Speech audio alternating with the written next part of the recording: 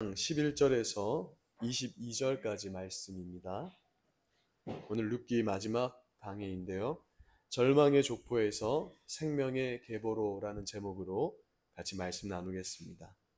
11절에서 22절 말씀을 우리 한 목소리로 한번 봉독하겠습니다. 시작.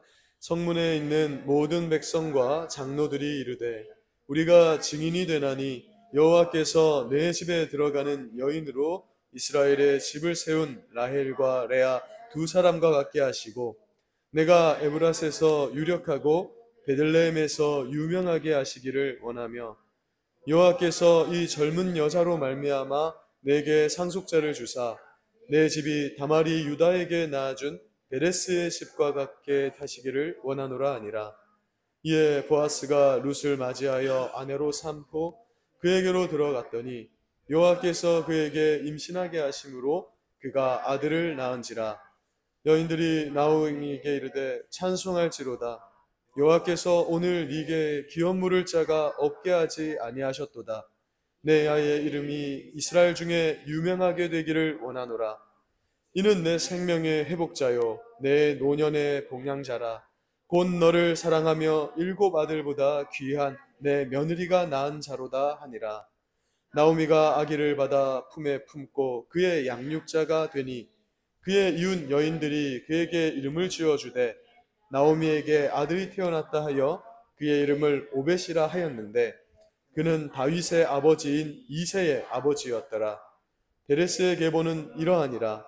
베레스는 헤스론을 낳고 헤스론은 람을 낳았고 람은 암미나답을 낳았고 암미나답은 나손을 낳았고 나손은 살몬을 낳았고 살몬은 보아스를 낳았고 보아스는 오벳을 낳았고 오벳은 이새를 낳고 이새는 다윗을 낳았더라.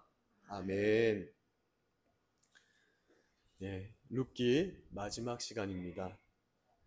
보아스는 나오미의 기업 무르는 일에 쉬지 않고 최선을 다한 것을 우리가 보았었죠. 아무개라 불리는 그 첫 번째 기업 물을 사람이 신발을 벗어서 기업 물을 권리를 포기했을 때 보아스는 합법적으로 이제 기업 무르는 자가 되었고 룻을 아내로 맞이하게 됩니다. 이제 결혼식이 일어나게 된 거예요. 그는 10명의 장로와 많은 사람들 앞에서 이렇게 선포합니다. 내가 이 기업 물을 책임과 의무를 다하겠다. 여러분이 선포하는 것이 참 중요해요. 이곳에 이 자리에 서서 우리가 때로 기회가 있을 때 또는 이렇게 우리 믿음의 사람들이 모임을 할 때 내가 오늘부터 새벽에 말씀을 한 장씩 읽겠다. 사람들에게 선포하고 시작하는 것이랑 나 혼자 스스로 그렇게 해보겠다 하는 건 완전히 다른 문제가 됩니다. 혼자 다짐한 건 내일부터 이렇게 되지만 사람들 앞에서 내가 이렇게 선포하는 것은 큰 힘을 가지는 걸 보게 되거든요.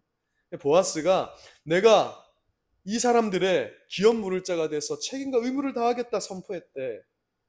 그 말에 엄청난 무게감과 책임감이 생기게 되는 거예요. 그때 성문에 있던 장로들과 백성들은 여호와의 이름으로 이제 보아스와 룻을 축복합니다. 그런데 이 축복은 단순히 두 사람의 결혼을 축복하는 말이 아니었어요. 이스라엘의 역사와 그 구속사를 관통하는 그런 깊은 의미를 담고 있었습니다. 먼저 4장 11절을 한번 보십시오. 우리 11절 말씀 한 번 더 읽어보겠습니다. 시작. 여호와께서 내 집에 들어가는 여인으로 이스라엘의 집을 세운 라헬과 레아 두 사람과 같게 하시고 네가 에브라스에서 유력하고 베들레헴에서 유명하게 하시기를 원하며 이렇게 축복을 했어요. 자, 여기 등장하는 라헬과 레아가 누구입니까? 야곱의 두 아내입니다. 야곱의 두 아내가 돼서 이스라엘을 구성하는 그 12지파의 족장들, 아들들을 낳게 돼요. 12아들을 낳고 실질적인 어머니가 되는 사람들이죠. 그럼 백성들이 룻을 이 라헬과 레아에 비교하면서 그를 축복한 것은 어떤 의미냐면 라헬과 레아를 통해서 이스라엘이라는 나라가 만들어진 거거든요.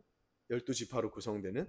그와 마찬가지로 이제 룻을 통해서 다윗이 태어나게 될 것인데 그 다윗을 통해서 하나님의 나라가 온전히 세워지게 되고 궁극적으로 우리의 왕이신 예수 그리스도가 탄생하게 될 것을 예언적으로 선포한 거예요.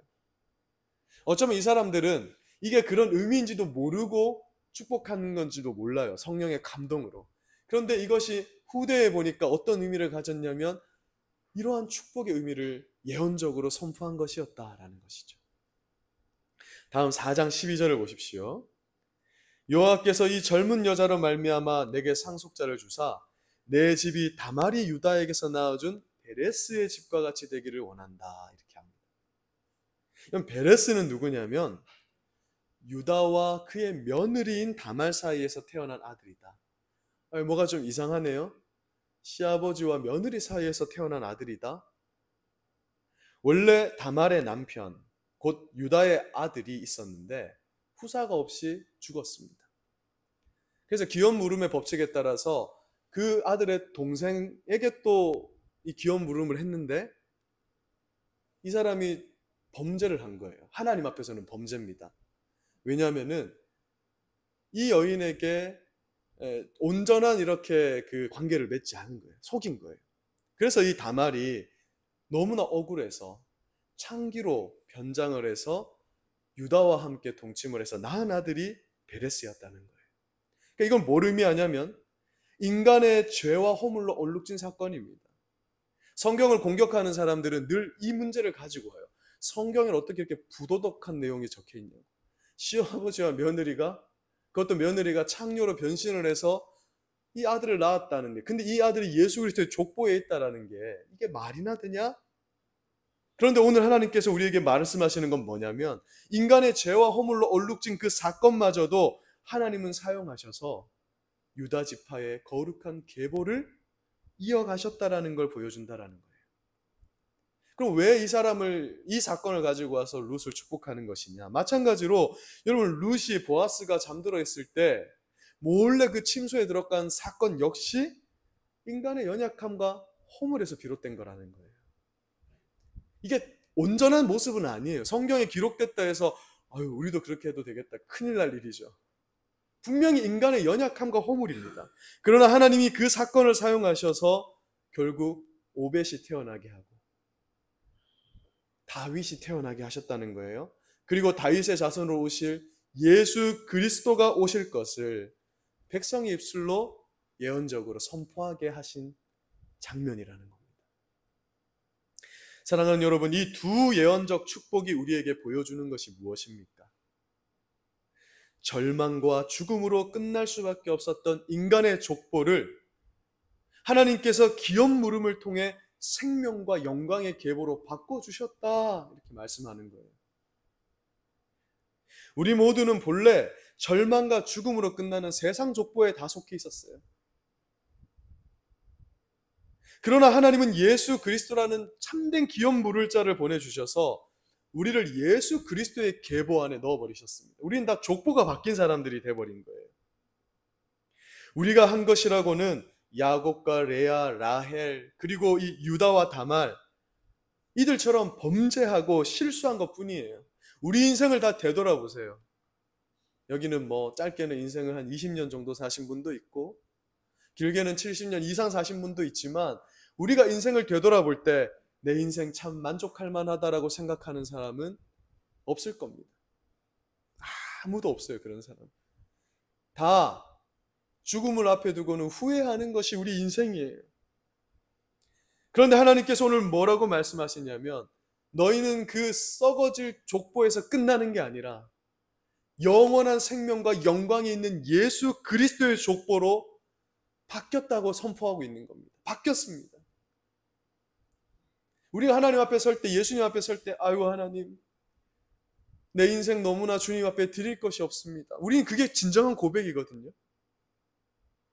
하나님, 우리가 뭘 한 게 있길래 천국에 왔습니까? 천국에 가는 사람들은요, 주님 앞에서 다 그렇게 고백한다라고 하고 있어요. 마태복음에 보니까. 주님, 우리가 뭐길래 구원하셨습니까? 우리 인생이 도대체 뭐길래 우리가 뭘 했습니까? 그런데 하나님 뭐라고 말씀하시냐면 내가 너를 예수 그리스도의 계보로 옮겼고 너의 인생은 별 볼 일 없는 인생이 아니라 예수 그리스도 안에서 생명과 영광의 족보로 바뀌었다. 너희가 잘하였다, 착하고 충성된 종들아. 그렇게 우리의 인생이 결론 지어질 것이라고 말씀하고 있는 장면입니다. 이걸 우리가 뭐라고 부르냐면 하나님의 은혜다라고 부르는 거예요. 여러분 13절을 이제 보십시오. 드디어 보아스와 룻이 합법적으로 혼인을 합니다. 그리고 아들 오벳을 낳아요. 근데 성경이 뭐라고 말씀하십니까? 여호와께서 그에게 임신하게 하심으로 그가 아들을 낳았다는 거예요. 그가 결혼해서 아들을 얻은 게 아니라 누가 주셨다는 거예요? 하나님이 주셨다. 오벳의 출생은 인간의 노력으로 된 게 아니라는 거예요. 모든 것이 철저히 하나님의 섭리 아래에서 이루어진 일이었다. 그걸 분명히 밝히고 있습니다. 여러분 이 그림을 한번 상상해 보세요. 비참했던 그 나오미가 손주 오벳을 안고 있는 모습. 표정이 어땠을까요? 화냈겠죠. 우리 장모님 오늘 예배 오셨는데 우리 하온이를 이렇게 안으실 때 하온이가 장모님 어릴 때부터 씻기고 하니까 하온이가 장모님을 알아보거든요. 그럼 얼굴이 환하단 말이에요. 이 나오미가 그동안의 근심 걱정 다 사라졌을 거예요. 이게 아이가 주는 힘이에요. 우리 청년들 어릴 때 다 부모님에게 이렇게 효도를 다 해서, 그러니까 효도는 이미 다 끝냈어요, 사실은. 사실은 더 효도 안 해도 되는데 어릴 때 여러분들이 다 효도했어요. 그러니까 이 나오미가 그 아이를 안고 너무 행복하니까 14절을 보니까 여인들이 나오미를 향해서 이렇게 축복합니다. 이는 내 생명의 회복자요, 내 노년의 복량자다. 이 말은 이 애가 효도 다 했네요, 이런 거 오늘날로 하면. 이 아이 때문에 당신의 얼굴이 폈네요. 당신 이제 근심 걱정 없겠네요. 한때 자신을 마라가 무슨 뜻이라 했죠? 쓰다라고 불렸던 그 나오미, 절망 가운데 베들레헴으로 돌아왔던 그 나오미가 이제 손자 오벳을 안으며 본래 이름, 이 나오미의 본래 이름은 기쁨이거든요. 그 본래 이름을 회복하게 되었습니다. 하나님께서 절망을 기쁨으로 바꾸셨다. 왜? 이 오벳을 누가 주셨기에? 하나님이 주셨다는 거예요. 하나님이 우리에게 때가 돼서 기쁨을 주실 때가 되면 다 잊게 된다는 거예요. 다 역전된다는 거예요. 하나님이 우리 인생에 때때로 그런 것들을 주시기 때문에 우리가 버틸 수 있는 겁니다. 천국 갈 때까지 버틸 수 있는 거예요. 여러분 18절을 보십시오. 이제 오벳을 품에 안고 회복된 나오미와 룻의 삶을 소개하고 룻기는 끝나면 됩니다. 그죠? 그럼 얼마나 좋아요. 이 이야기가 끝나면 되는데 갑자기 룻기는 베레스의 계보를 소개하면서 마무리가 됩니다. 유다의 아들 베레스, 아까 인간의 실수와 허물로 태어난 아들이라 할 수 있어요. 시아버지와 며느리 사이에서 태어난 그 베레스, 그 베레스의 가문에 보아스와 오벳이 이어지는데, 그런데 여기서 한 가지 의문이 생기지 않습니까? 자, 우리가 지금까지 살펴본 게 뭐였냐면 보아스는 어느 집안의 기업 물을 자가 되어줬다 했어요? 나오미의 남편 엘리멜렉의 기업 물을 자가 되어줬다 했잖아요. 엘리멜렉이 죽고 그 아들들이 죽어서 아들이 없어서 보아스가 그들을 대신해서 그 가문을 이어주는 자가 됐다고 했단 말이에요. 그래서 오벳이 태어난 겁니다. 그러면 이 마지막 족보에 이 오벳이 엘리멜렉 가문의 족보에 들어가는 게 맞아요? 지금 이 보아스 집안의 족보거든요. 이 보아스 집안의 족보에 들어가는 게 맞아요.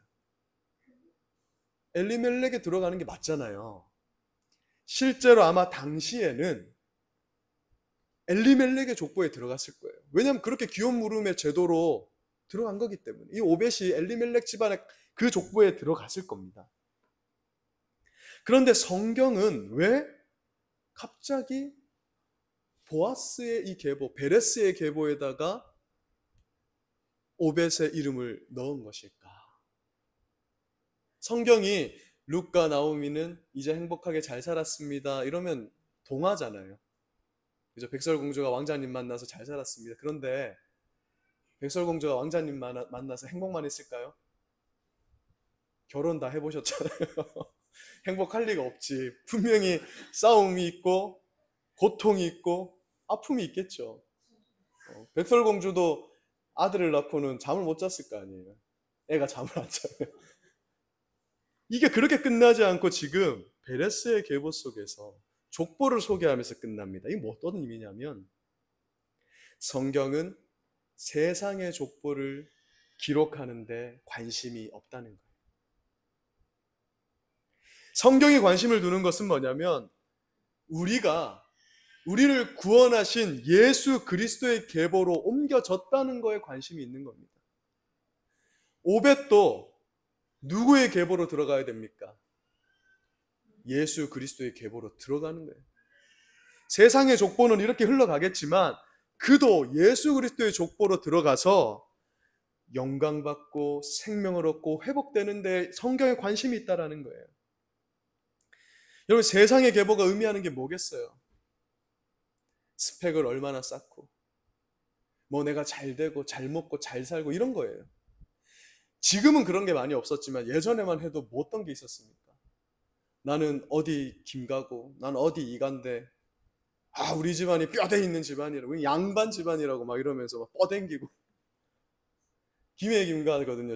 저는 김수로 왕. 그러니까 맨날 어릴 때 나는 왕의 후손이다. 근데 너는 천방지축 마볼피 이러면 여기 없으시죠?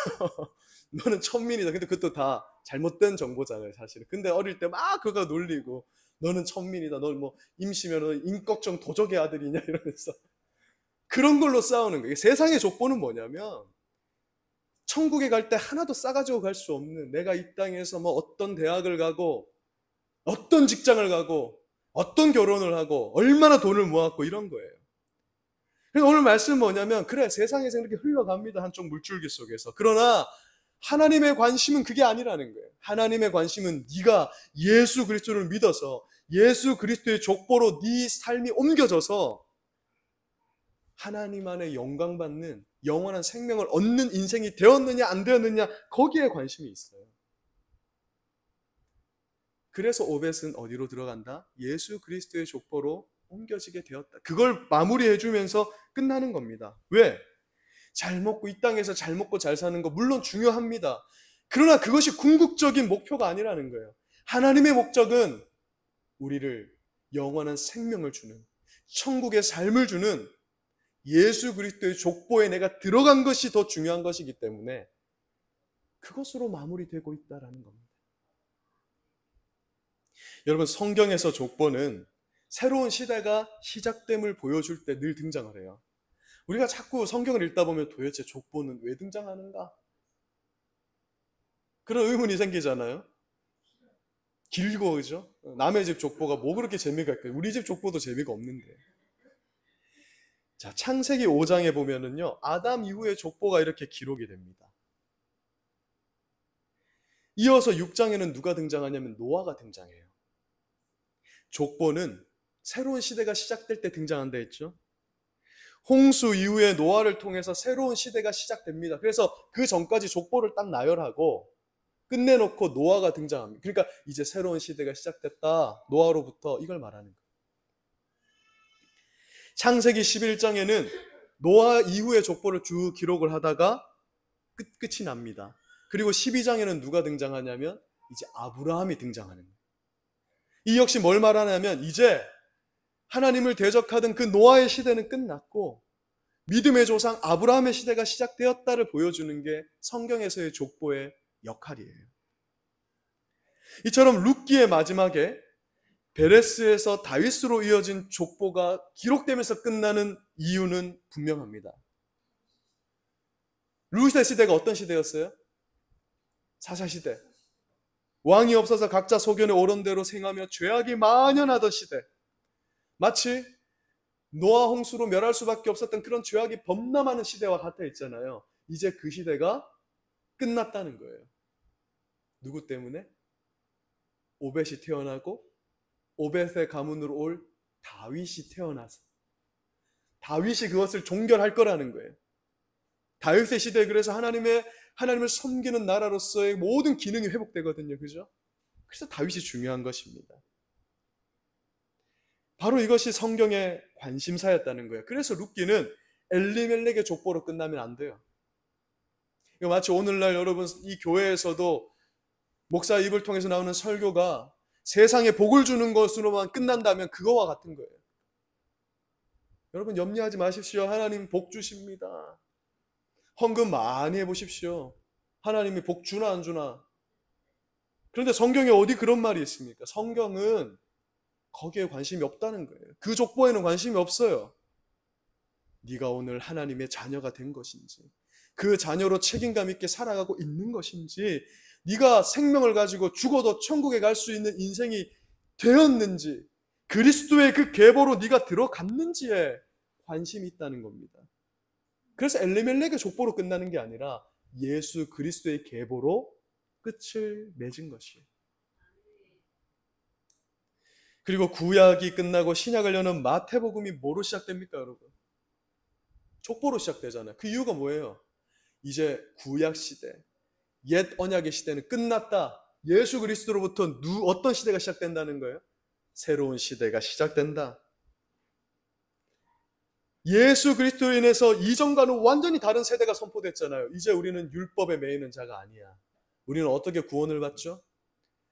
예수 그리스도를 믿는 믿음으로 구원받는 자들이 되었다. 근데 우리가 믿기지가 않는 거예요. 왜?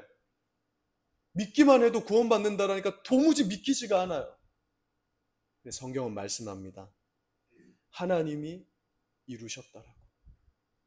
인간은 허물과 약점의 족보를 타고 왔는데 그 족보를 옮기셨어요. 예수 그리스도의 족보는 뭐냐면 예수 그리스도께서 다 성취해 주시는 족보라는 겁니다. 우리가 그 영광스러운 족보에 들어와 있지 않느냐? 룻기는 그렇게 마무리가 되는 거예요. 사랑하는 여러분, 우리는 모두 엘리멜렉과 보아스와 같은 처지에 있던 사람이었어요.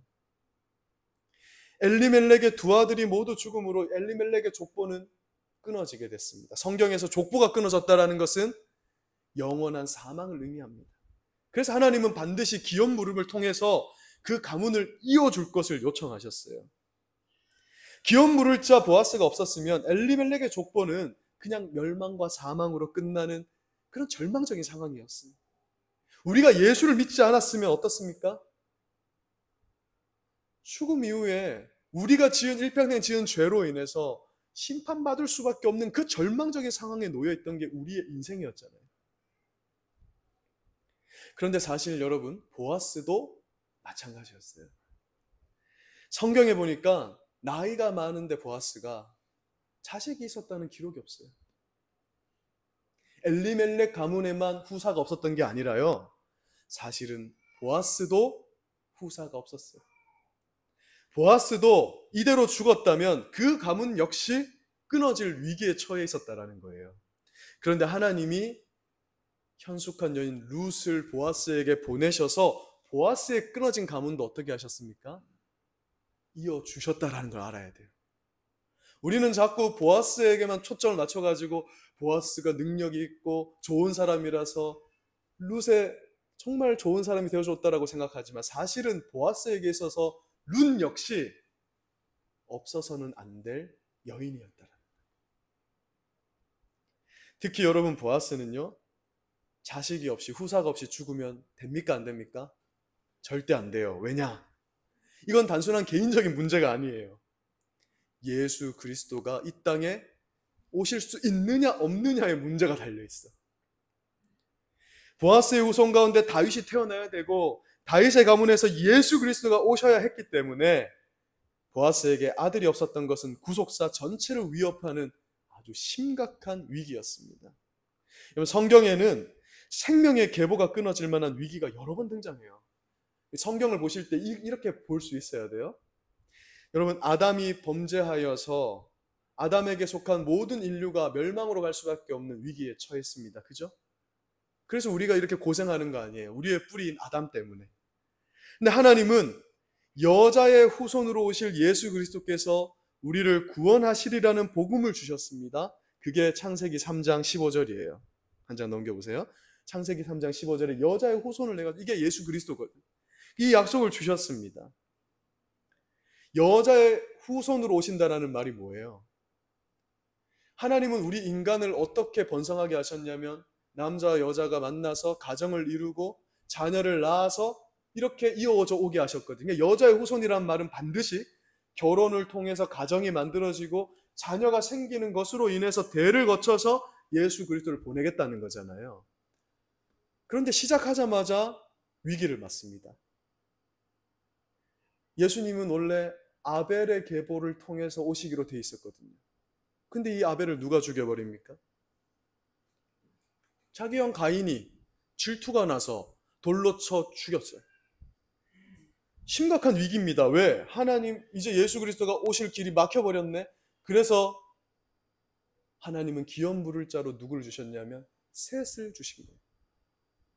셋을 이제 통해서 다시 그 그리스도의 생명의 계보를 이어가십니다. 이게 창세기 4장의 내용이에요.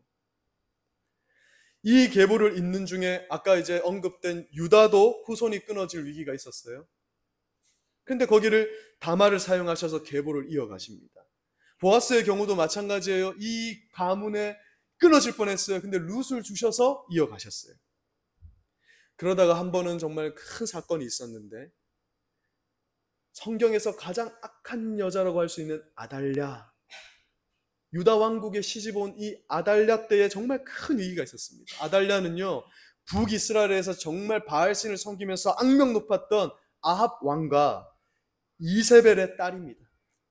근데 이게 정략 결혼을 해서 남유다로 시집을 왔는데요, 자기가 왕비가 되고 권력을 쥐기 위해서 어떤 죄악을 범하냐면은 자기 손자들을 모조리 죽여버립니다.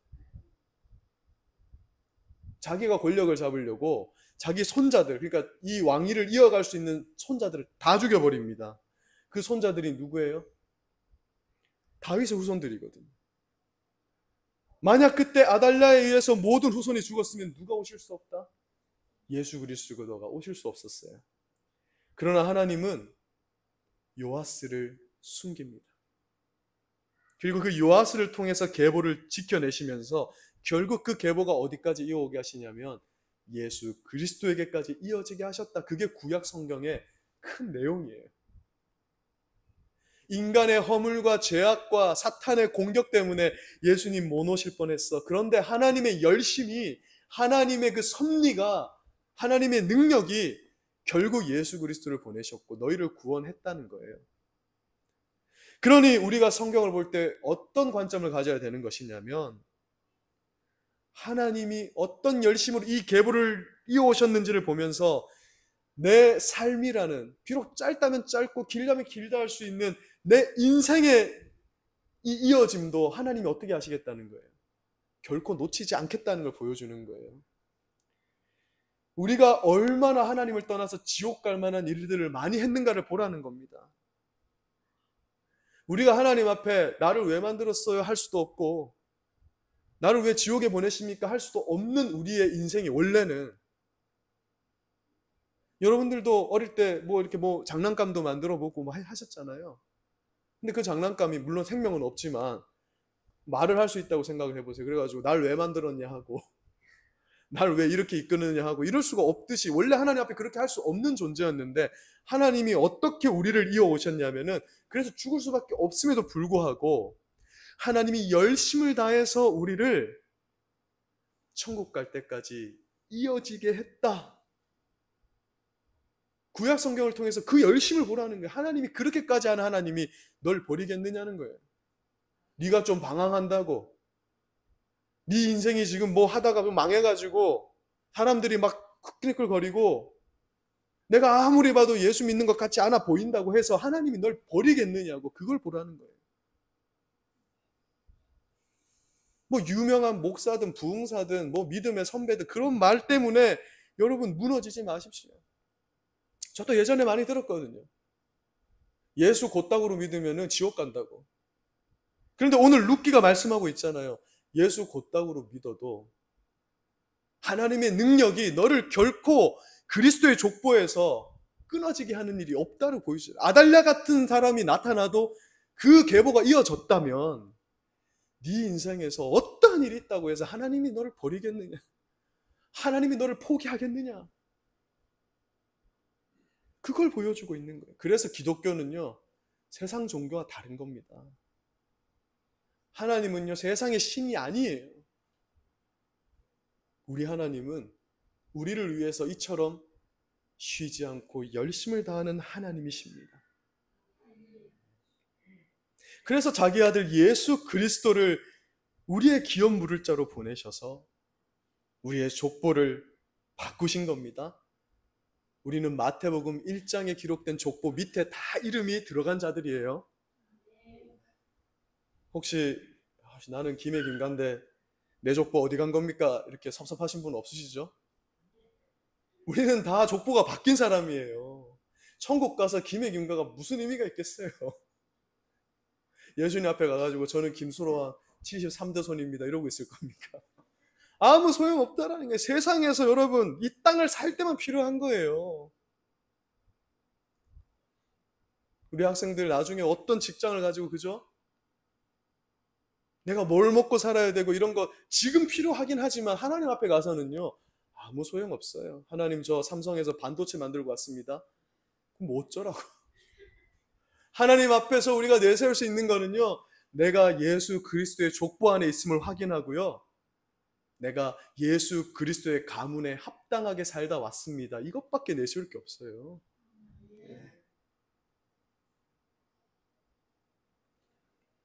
그래서 오벳을 보아스의 이름 아래에 넣으면서 이 룻기가 끝이 난 겁니다. 이게 없었으면 어떻게 돼요? 아, 예수 잘 믿으면 복 받고 인생 끝나는구나.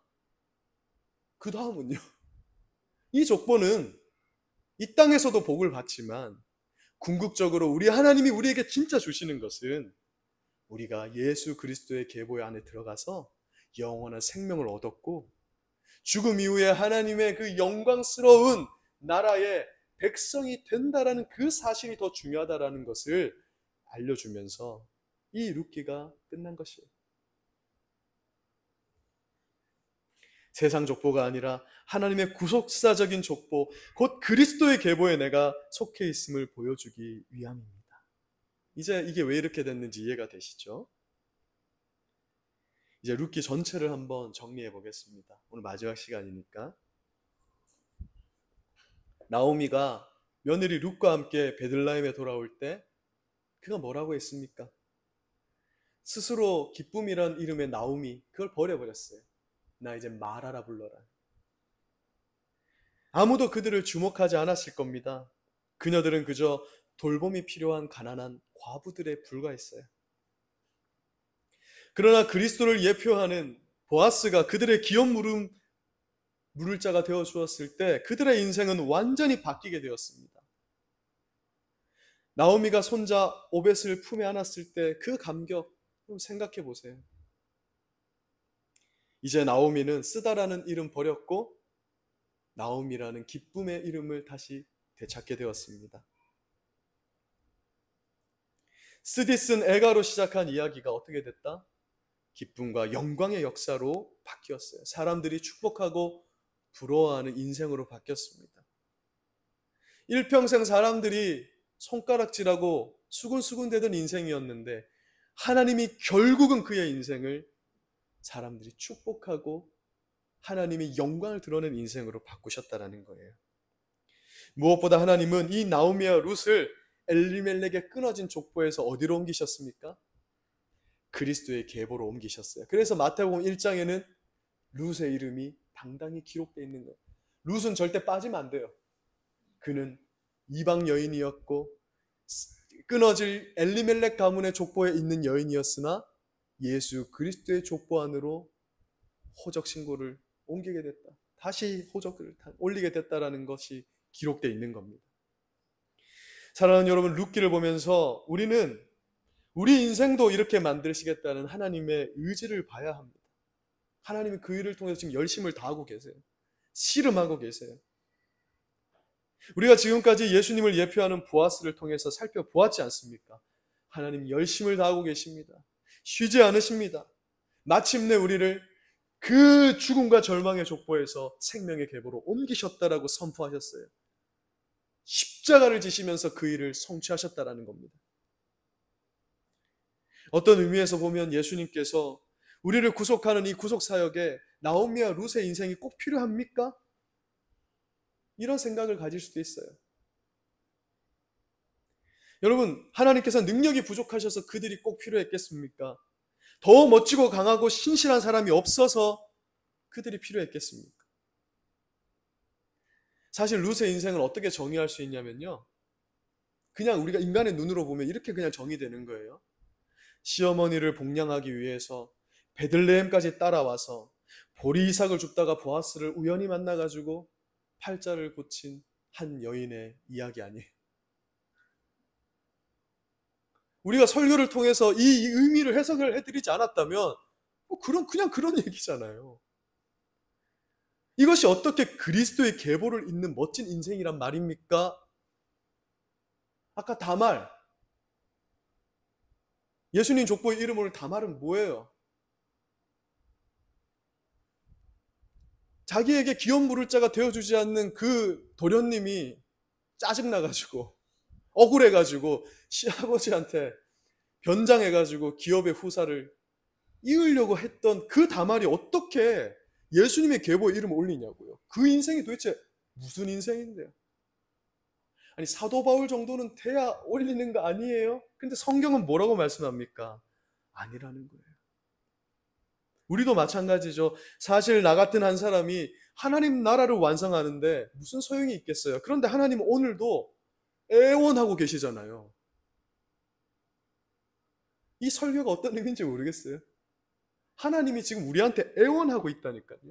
내가 나의 구속사를 위해서, 이 영광스러운 일을 위해서 한 영혼을 구원하는 일에 있어서 네가 꼭 필요한데, 하나님이 딱 해가지고 대관이는 오늘부터 전도만 하는 사람으로 바뀌어라 짠 하는 게 아니라 매주 설교를 통해서 설득하고 감동을 주셔서 이 사람을 변화시키고 그런 방법으로 우리를 구원하시겠다는 거예요. 하나님 입장에서도 꼭 그렇게까지 하셔야 됩니까? 그런데 하나님 뭐라고 말씀하느냐? 너의 그 인생은 내가 내 아들 예수 그리스도를 십자가에 달아서 피를 흘려서 구원해낼 수밖에 없을 만큼 귀한 인생이라고 말씀해주고 있는 거예요. 그럼 우리는 이렇게밖에는 안 나오죠. 하나님, 내 인생이 도대체 뭐길래, 내가 뭐길래, 내가 뭐 잘하는 게 있다고 그렇게 하십니까? 하나님은 아니, 내가 너의 인생을 그렇게 만들겠다. 룻의 인생을 보아라. 겉으로 보면은 아무것도 아닌 인생이었지. 그런데 내가 그의 인생을 예수 그리스도가 오실 수밖에 없는, 그러니까 룻이 없으면 예수님이 못 온다니까. 어떤 의미인지 아시겠어요? 내가 없으면 하나님 나라가 완성될 수 없다니까요. 그림 한 장 넘겨주실래요? 이제 마무리하겠습니다. 한 장 더. 이게 이제 애들이 하는 직소 퍼즐이에요. 여러분, 이 퍼즐에서 하나만 빠지면 완성될 수 있어요, 없어요? 한 피스만 빠지면 완성될 수 없어요. 우리 애들이 뭐 뽀로로 옛날에 뭐 핑크퐁 이런 거 있거든요. 직소 퍼즐, 이 퍼즐이 있거든요. 이 피스 하나 없잖아요. 그럼 어떻게 해요? 재활용해야죠. 이제 의미가 없잖아요. 한 개가 없으면 완성이 안 되니까.